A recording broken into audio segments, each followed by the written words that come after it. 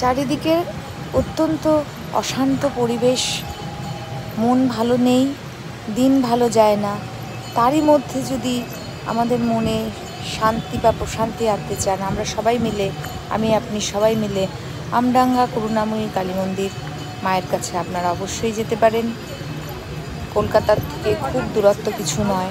আপনারা TN43 বাস ধরে আপনারা যদি হেলাবরতলায় নামেন, হেলাবরতলা থেকে 87/1 বাস ধরলেই আমডাঙ্গা করুণাময়ী কালী মন্দিরের সামনেই বাস যায়। এছাড়াও আপনারা মধ্যমগ্রাম চৌরাস্তার থেকেও আপনারা হেলাবরতলা গিয়ে ওখান থেকে 87 বাস ধরেও যেতে পারেন।